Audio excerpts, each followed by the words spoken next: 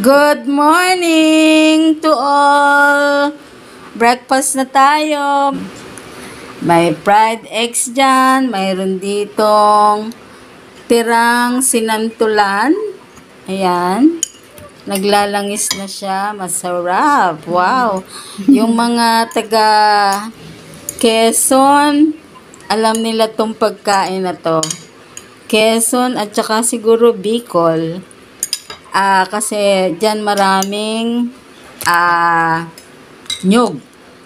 Ayan, ang sarap, sinantulan.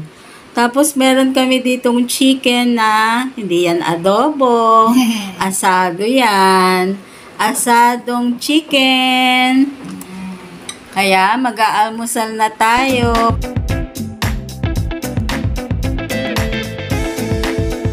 Maraming salamat sa aking yaya. Welcome, madam! Pagkatapos natin kumain, gagawa ako ng kutsinta. Ito ang aking ingredients. Yan ay sugar, brown sugar, 3/4 cup yan. Tapos ito ay rice flour. At ano lang to, 3/4 cups. Tapos, lalagyan ko ng lye water. Lalagyan ko siya ng 1 tablespoon. And then, glutinous rice. Ito ay 1 3/4 cups. And then, mayroon ako ditong vanilla. Lalagyan ko siya ng 1 tablespoon. At tapos meron ako ditong atsuete. Hindi ako lalagay ng kulay, yung powder na colored. Ang gagamitin ko ay atsuete or anato. Yan. Tapos lalagyan ko siya ng water. Ang water ay 2.5 cup. So, ito ay 1 cup. Ito ay dadagdagan ko pa siya. Meron pa dito. So, 2.5 cup ng water. So, we will start preparing our kutsinta. Native kutsinta. Okay? Let's go! Ito na, pinagsama ko na ang ating flour at ang ating glutinous flour at saka rice flour. So, mix lang natin konti. Lalagay natin ang sugar. Napakadali lang itong gawin. So, haluin natin para mix na agad siya. Mix lang. Ayan.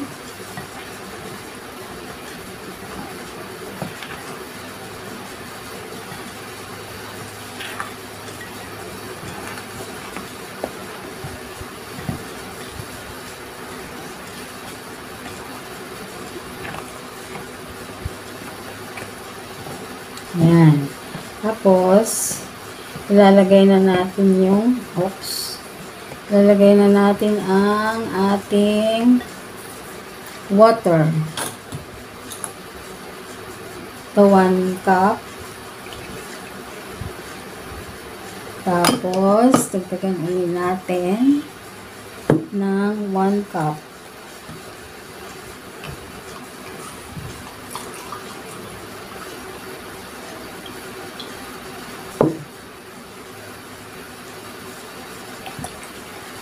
So, 2 cups siya. Dadagdagan pa natin ang kalahati. Yan lang.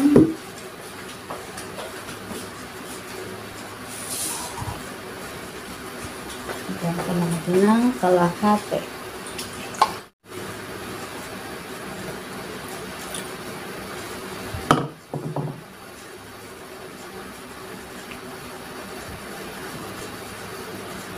Haluin natin.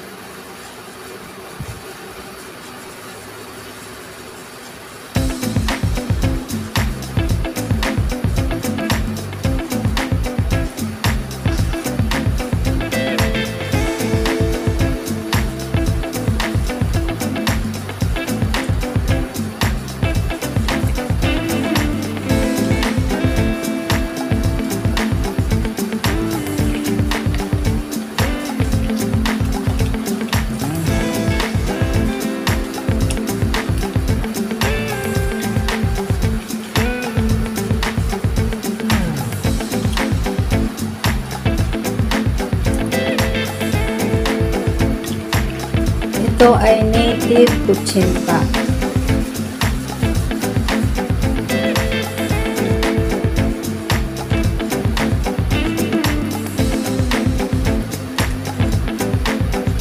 So, mix natin. Dapat hindi magkakaroon ng mga lumps. Ayan lang. Buo-buo pa. Kailangan yan matunaw. Sa steamer kasi kailangan nating steam.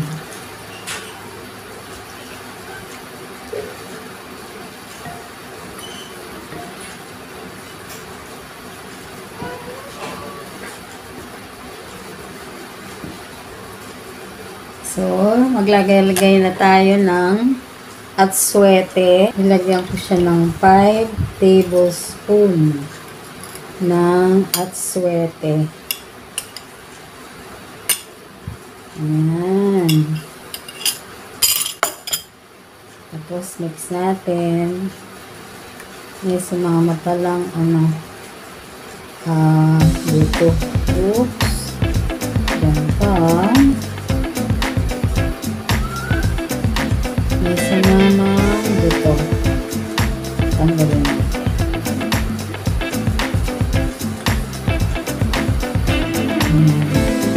And then, maglalagay na tayo ng lye water.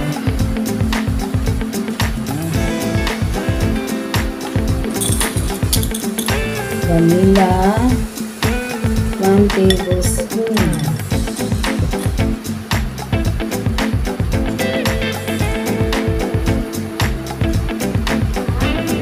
Hoy! Ba't di ka pa pumasok? Sarado ba?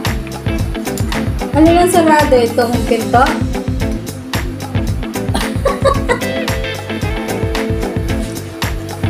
Teka muna.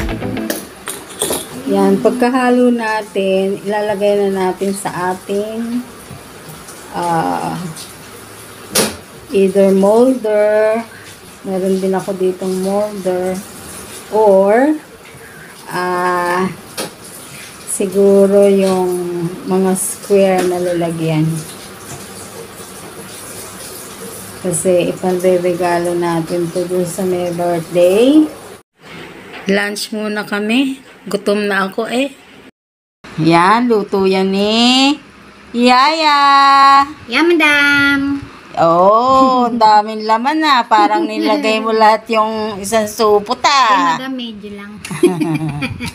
Tapos may prito ka pa. May tilapia tayo. Oh, complete meal. Tanghalian. Thank you, ya. Welcome, madam. Yan, pagkatapos kong kumain, eto na agad ako. Nagpakulo ng tubig sa ating steamer. Kasi kailangan yung ating mixture ay paglagay mo ay nakalagay agad sa mainit na steamer. So, yan. Lalagyan pa rin natin yan ng cover para hindi mabasa yung mixture. So, ito yung isang niluto ko para sa amin. Yan, mayroon siyang budbud.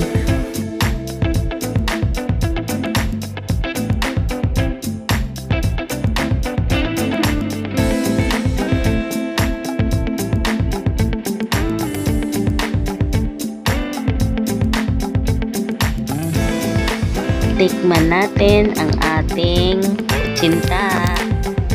Ayan. Tikman lang natin siya kung tama lang ba ang lasa.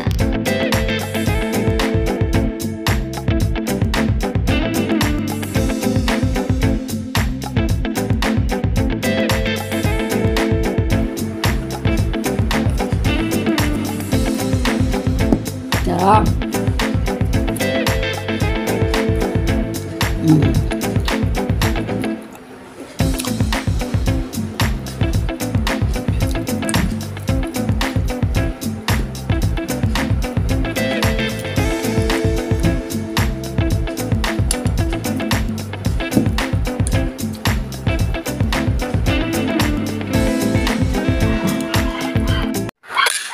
At eto, ipakikita ko naman sa inyo ang pangalawa kong ginawa. Ito yung aking ipanririgalo.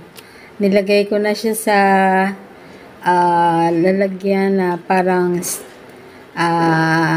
aluminum plates. Yan. Tapos, hindi ko siya lalagyan ng nyog kasi baka masira eh. Kaya, bibili na lang ng separate na nyog. Pabibili na lang ako doon sa aking pamangkin. Ayan. So, yan ang aking ipadadala na gift ko doon sa aking hipag. O, yan. Yan ang kanya. Diba?